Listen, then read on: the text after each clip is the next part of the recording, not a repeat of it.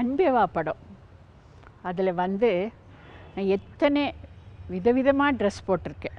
ஆனால் எங்கேயோ ஒரு மாதிரி அக்லியாக இல்லை, ஒரு நல்ல அழகாக தெரியும்.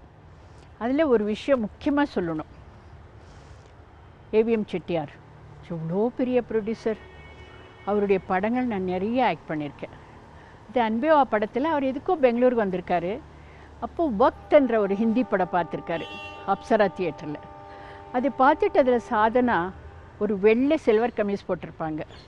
உடனே மெட்ராஸுக்கு வந்து என் டைலர் ரஹமானை கூப்பிட்டு, அதே மாதிரி சரோஜா தேவிக்கு ட்ரெஸ் தைக்கணும், நீ போய் ஃப்ளைட்டில் போய் பெங்களூரில் அந்த படம் பார்த்துட்டு வந்துடுன்னு சொன்னேன்.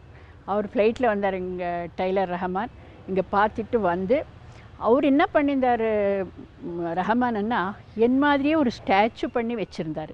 அதில் முதல்ல ட்ரெஸ் எல்லாம் போட்டு தைச்சிட்டு அது சரியாக இருக்கு பார்த்து அதுக்கப்புறம் எனக்கு போட்டுக்க சொல்லுவார்.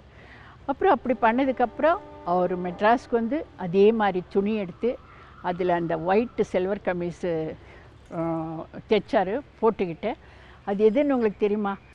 அன்பேவா